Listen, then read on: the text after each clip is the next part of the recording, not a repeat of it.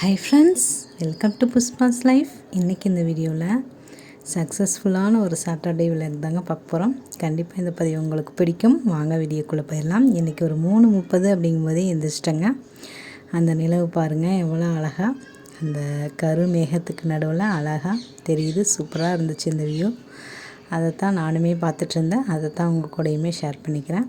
அதுக்கப்புறம் பார்த்திங்கன்னா ஒரு 5:30 அப்படிங்கும்போது அப்படியே அது மெதுவாக அந்த இருட்டிலிருந்து வெளியே வர்ற அழகையும் பாருங்கள். அவ்வளோ ஒரு அழகாக இருந்தது. இன்றைக்கி பார்த்திங்க அப்படின்னா 3:30லேருந்து 4:30 வரைக்கும் எக்ஸசைஸ் பண்ணலாமா வேண்டாமாங்கிற ஒரு யோசனையிலேயே பார்த்திங்க அப்படின்னா ஒரு அரை மணி நேரத்தை செல்லு பார்த்துட்டு உங்களோட கமெண்ட்ஸ் எல்லாம் பார்த்துட்டு இருந்தேன். அதுக்கப்புறம் சரி இன்றைக்கி பண்ணிடலாம், என்ன ஆனாலும் சரி நம்மளோட ரொட்டீன் இப்படி தான் இருக்கணும் அப்படின்னு சொல்லிட்டு எக்ஸசைஸ் பண்ண ஆரம்பிச்சிட்டேங்க. பிரபஞ்சத்துக்கும் அந்த கடவுளுக்கெல்லாம் நன்றி சொல்லிவிட்டு அதுக்கப்புறம் என்னோடய எக்ஸசைஸை தியானம் எக்ஸசைஸ் எல்லாத்தையும் ஸ்டார்ட் பண்ணிட்டேங்க. வெற்றிகரமாக நான் ஒவ்வொரு எக்ஸசைஸுமே 25 தடவை செய்யலாம் அப்படிங்கிற ஒரு ஐடியாவில் இருக்கிறேங்க. ஏன்னா அதுக்கு கம்மியாக செஞ்சோம் அப்படின்னா அது உடம்புக்கும் தேவையான எக்ஸசைஸ் கிடைக்கிறதில்ல அப்படிங்கிற மாதிரி எனக்கு தோணுச்சு. முடிச்சுட்டு வரும்போது பார்த்திங்கன்னா மேடம் எந்திரிச்சிட்டாங்க. அவங்கள தூங்க வச்சுட்டு மறுபடியும் வேலையை ஸ்டார்ட் பண்ணும்போது இன்றைக்கி பிரம்ம முகூர்த்த பூஜை செய்ய முடியல. இருந்தாலுமே இன்றைக்கி ஒரு பாசிட்டிவான ஒரு மைண்ட் செட்டாக தாங்க இருந்தது. அதை தான் உங்கள் கூட நான் ஷேர் பண்ணிக்க போகிறேன். அதுக்கப்புறம் தான் வாசலெல்லாம் கூட்டி விட்டுட்டு கோலமெல்லாம் போட ஆரம்பிச்சுக்கிறேங்க. நேற்று அவ்வளோ வேலைகளை செஞ்சுட்டு கோயிலுக்கும் போயிட்டு வந்துட்டு காலையில் இப்படி நேரமே எந்திரிப்பேன் அப்படிங்கிறதும் எனக்கு தெரியலைங்க. இந்த பிரபஞ்சம் பார்த்திங்க அப்படின்னா அந்த டைம் உங்கள் பிரபஞ்சமே உங்களை எழுப்பும் அப்படின்னு சொல்லி நிறைய வீடியோஸில் கேள்விப்பட்டிருக்கிறேன். ஆனால் உண்மையிலேயே இது எனக்கு வியப்பாக இருந்ததுங்க. எந்திரிக்கவே முடியல அப்படின்னெல்லாம் நான் நிறைய டைம் நானுமே யோசிச்சிருக்கிறேன். ஆனால் இந்த மாதிரி அந்த டைமில் இவ்வளோ வேலைகளை செஞ்சாலும் நம்மளால் எந்திரிக்க முடியுது அப்படிங்கிற அந்த நம்மளோட சக்தி என்ன அப்படிங்கிறது நம்மளுக்குள்ளே இருக்கிற சக்தி புரியும் போது உண்மையிலேயே எனக்கு வியப்பாக இருந்ததுங்க. இந்த மாதிரி நீங்களுமே அனுபவிச்சிருக்கிறீங்களா அப்படிங்கிறதையும் கண்டிப்பாக கமெண்ட்ஸில் சொல்லுங்கள். இந்த அதிகாலை நேரம் அப்படிங்கிறது நம்ம எந்த விதமான ஒரு சிச்சுவேஷன்லேயோ எந்த விதமான ஒரு நோயாக இருக்கலாம், அது ஒரு எப்படி வேணுனாலும் இருக்கலாம், ஒரு மனக்கவலையாக இருக்கலாம், பண பிரச்சனைகளாக இருக்கலாம், இல்லை தீர்க்க முடியாத எந்த விதமான ஒரு கவலைகளாக இருக்கலாம். எல்லாத்துலேருந்துமே வெளிவரக்கூடிய ஒரு அற்புதமான இந்த நேரத்தை யாருமே மிஸ் பண்ணிடக்கூடாது அப்படிங்கிறது தாங்க இன்றைக்கி என்னோடய வேண்டுகோள். 3:30லேருந்து 5:30 வரைக்கும் இதுக்குள்ளே நீங்கள் உங்களால் எப்போ முடியுமோ அப்போ எழுந்து உங்களோட வாழ்க்கை இன்னும் சிறப்பாக மாறுறதுக்குண்டான ஒரு வாய்ப்பை இந்த அதிகாலை நேரம் தருதுங்க. அதை எல்லாருமே பயன்படுத்திக்கணும் அப்படிங்கிறது தாங்க இன்றைக்கி என்னோடய ஆசையாக இருந்தது.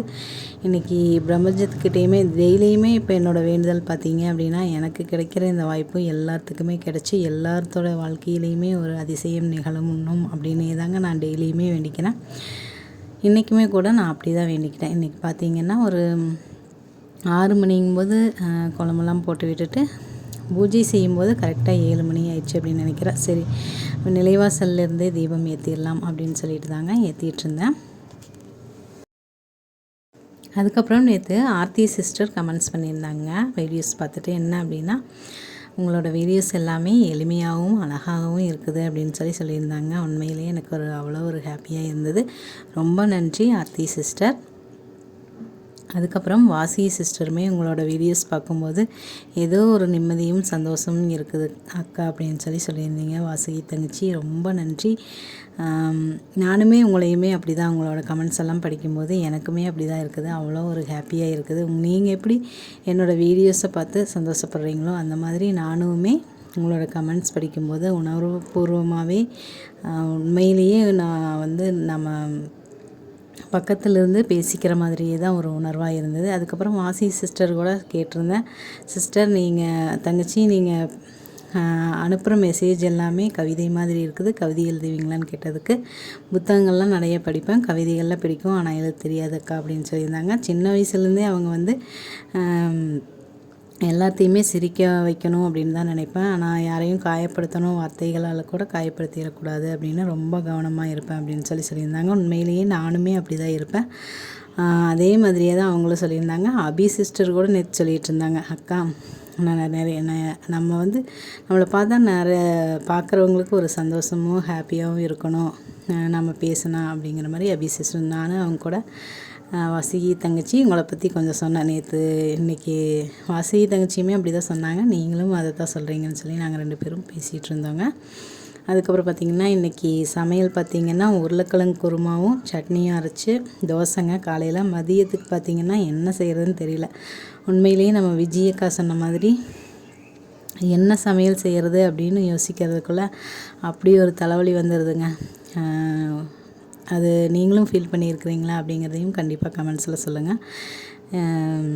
அப்படி தான் யோசிச்சு சரி இன்றைக்கி ரைஸ் மாதிரி செஞ்சிடலாம். முட்டைக்கோஸ் கேரட் பீன்ஸ் இருந்துச்சு, அதை பொரியலாக செஞ்சு ஏதாவது குழம்பு வைக்கலாமா அப்படிங்கிற மாதிரி யோசிச்சுட்டு இருந்தேங்க. அதுக்கப்புறம் ரைஸ் மாதிரி செஞ்சிடலாம், அது தம்பிக்கு பிடிக்கும் அப்படிங்கிறதுனால சரின்ட்டு அது தாங்க செஞ்சிட்ருந்தேன். அதுக்கப்புறம் விஜயக்கா சொல்லியிருந்தாங்க, எங்களை பற்றியே சொல்கிறீங்க, உங்களை பற்றியும் கொஞ்சம் சொல்லுங்கள் அப்படின்னு சொல்லி கேட்டிருந்தாங்க. என்னை பற்றியுமே நான் கொஞ்சம் சொல்கிறேன். என்ன அப்படின்னா, நான் வந்து பிகாம் படிச்சிருக்கிறேங்க. நானும் எங்கள் வீட்டுக்காரரும் லவ் மேரேஜ் தான். அதுக்கப்புறம் எங்களுக்கு 2 பசங்க இருக்கிறாங்க, பார்த்துருப்பீங்க அப்படின்னு நினைக்கிறேன். நாங்கள் வந்து திருப்பூரில் இருக்கிறோம். இன்னும் ஏதாவது ஒரு டீட்டெயில்ஸ் வேணும். எனக்கு வந்து கவிதை நல்லா வருங்க, கவிதை எழுதுவேன். அதுக்கப்புறம் கோலம் போடுறது பிடிக்கும். இன்னும் ஏதாவது வேணும் அப்படின்னு நினச்சிங்கன்னா கமெண்ட்ஸில் சொல்கிறேன். எனக்கு வேறு எப்படி சொல்கிறதுன்னு தெரியல. அவங்களோட கமெண்ட்ஸ், விஜயக்காவோட கமெண்ட்ஸ் கூட நான் சொல்லியிருந்தேன். நிறைய நேரங்களில் எனக்கு என்ன பேசுறதுன்னு தெரியாது விஜயக்கா, அதனால தான் உங்களோட கமெண்ட்ஸ்க்கு அப்படியே ரிப்ளை பண்ணுற மாதிரி உங்களை பற்றி சொல்லியிருப்பேன் அப்படின்னு சொல்லியிருந்தேன். பரவாயில்ல, இப்படியே சொல்லுங்கள், இது கூட நல்லா தான் இருக்குது அப்படின்னு நம்மளோட விஜயக்கா சொல்லியிருந்தாங்க. அப்புறம் நேற்று பதிவில் கூட அவங்களோட பையனை அடிச்சிட்டேன் அப்படிங்கிற மாதிரி சொல்லியிருந்தாங்க. எல்லாத்து வீட்லேயுமே இது நடக்கிறது தான், அதனால் அதை பற்றியெல்லாம் கவலைப்படாதீங்க விஜயக்கா. இப்போத்த பசங்கள்லாம் நம்மளை விட அறிவாக இருக்கிறாங்க, அதனால் என்ன பண்ணுறது, நம்மளை ஈஸியாக ஏமாற்றிடுறாங்க அப்படின்னு தான் சொல்ல முடியும். இது நானே என் பையனை அப்படி தான் சொல்லிகிட்ருப்பேன். இன்னுமே நாமளுமே கொஞ்சம் மாற வேண்டியது இருக்குது அப்படின்னு நினைக்கிறேன். இப்போத்த காலகட்டத்துக்கு நானுமே இன்னுமே நிறைய விஷயங்கள் அப்படி தான் தோணுது. இவங்கெல்லாம் நம்மளை விட அவ்வளோ ஒரு இதாக இருக்கும்போது எக்ஸ்பர்ட்டாக இருக்கிறாங்க, அதனால் கொஞ்சம் நம்மளும் மாற வேண்டி இருக்குது அப்படின்னு நினைக்கிற விஜயக்கா. நீங்கள் என்ன நினைக்கிறீங்கன்னு கண்டிப்பாக கமெண்ட்டில் சொல்லுங்கள். மேடம் பார்த்தீங்க அப்படின்னா தூக்குமான்ட்டு வந்துட்டாங்க. இது பாருங்கள், உருளைக்கிழங்கு குருமாவுக்கு தான் ரெடி பண்ணிகிட்ருக்கேன். இது வந்து நம்ம அபி சிஸ்டர் கேட்டதுனால இன்றைக்கி நான் சொல்லிக்கிறேன். என்ன அப்படின்னா, வெங்காயம், பச்சை மிளகாய், கருவேப்பிலை இதெல்லாம் வதக்கி விட்டுட்டு, அது கூடயே தக்காளியும் வதக்கி விட்டுட்டு, இஞ்சி பூண்டும் சேர்த்து வதக்கிட்டு, நான் எப்படின்னா உருளைக்கிழங்கு வேக வச்சுக்குவேங்க. இதெல்லாம் வதக்கி விட்டுட்டு கடலமாவு கரைச்சிக்குவேன். கொஞ்சம் கொஞ்சமாக தண்ணி விட்டு கட்டி இல்லாமல் நல்லா கரைச்சிட்டு அதை ஊற்றி எவ்வளோ நம்மளுக்கு தண்ணி வேணுமோ அந்த அளவுக்கு ஊற்றி நல்லா கொதிக்க வச்சுட்டு அதுக்கப்புறம் தாங்க உருளைக்கிழங்கு போட்டு தேவையான அளவு உப்பெல்லாம் போட்டு மறுபடியும் ஒரு கொதி விட்டுருவேன். எவ்வளோதான். இப்படி தான் நான் வந்து உருளைக்கிழங்கு குருமா செய்வேன். சோம்பும் தாளிக்கும் போது கொஞ்சம் போட்டுருவேன். அவ்வளோ ஒரு டேஸ்ட்டாக இருக்கும். நீங்களும் செய்வீங்க அப்படின்னா நானும் செய்வேன்னு சொல்லுங்கள். இல்லை அப்படின்னா ட்ரை பண்ணி பாருங்கள், ரொம்பவே நல்லாயிருக்கும். தோசைக்கும் சரி, அதுவே நம்ம சப்பாத்தி இந்த மாதிரி செய்கிறோன்னா கொஞ்சம் கெட்டியாக வச்சுக்கலாம். நான் தோசைக்கு அப்படிங்கிறதுனால தண்ணி மாதிரி வச்சுருக்குறேங்க. அதுக்கப்புறம் தேங்காய் சட்னியும் அரைச்சாச்சு. இன்றைக்கி தோசையும் உருளைக்கிழங்கு குருமா தாங்க காலையில் சாப்பிட்டோம். அதுக்கப்புறம் இன்றைக்கி பார்த்தீங்க அப்படின்னா நேற்று பண்ணின வேலைக்கெல்லாம் இன்றைக்கி தாங்க ட்விஸ்ட்டே இருந்தது. பாப்பா பாருங்கள், அவங்கள பார்த்தோன்னே செல்லை பார்த்தோன்னே ஒரு ஹாய் சொல்லிட்டாங்க. பாப்பா கூட்டி விட்டுட்டு அதுக்கப்புறம் ஒரு 11 மணி இருக்குங்க. பாப்பா தூங்கலாமான்னு கேட்டாங்க. சரின்னு தூங்க வைக்கலான்னு போனேன்.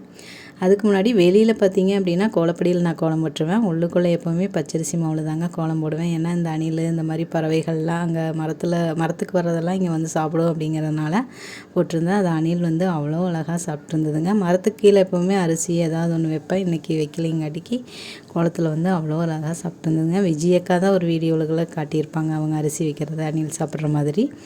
அணில் வீட்டுக்கு வர்றது நல்லது அப்படின்னு கூட சொல்லியிருப்பாங்க. எனக்கு அது தாங்க ஞாபகத்துக்கு வந்துச்சு. அப்புறம் நைட் பார்த்திங்கன்னா உப்புமா தாங்க செஞ்சுருந்தோம். இந்த வீடியோ உங்களுக்கு பிடிச்சிருக்கும் அப்படின்னு நம்புகிறேன். நம்ம ஃபேமிலியில் இருக்கிற எல்லாத்துக்குமே ஒரு மிகப்பெரிய ஹாய் சொல்லிடலாங்க. Hi Anitha sister, hi Pushpathi sister, hi Sheela sister, hi Vasi sister, hi Thenmozhi தங்கச்சி, ஹாய் பிரியா சிஸ்டர், ஹாய் விஜயக்கா, ஹாய் ராஜியக்கா, hi Abi sister, hi Devi Priya sister, hi Malathi sister. இன்னும் நான் யாரையெல்லாம் விட்டுட்டேன் அப்படிங்கிறது எனக்கு தெரியல. கண்டிப்பாக கமெண்ட்ஸில் வந்து ஞாபகப்படுத்துங்க. Hi Aarthi sister. இந்த வாழ்க்கை நமக்கும் நம்மளை சுற்றி இருக்கிறவங்களுக்கும் மகிழ்ச்சியவே தரட்டுங்க. தேங்க்ஸ் ஃபார் வாட்சிங் ஃப்ரெண்ட்ஸ். தேங்க்யூ.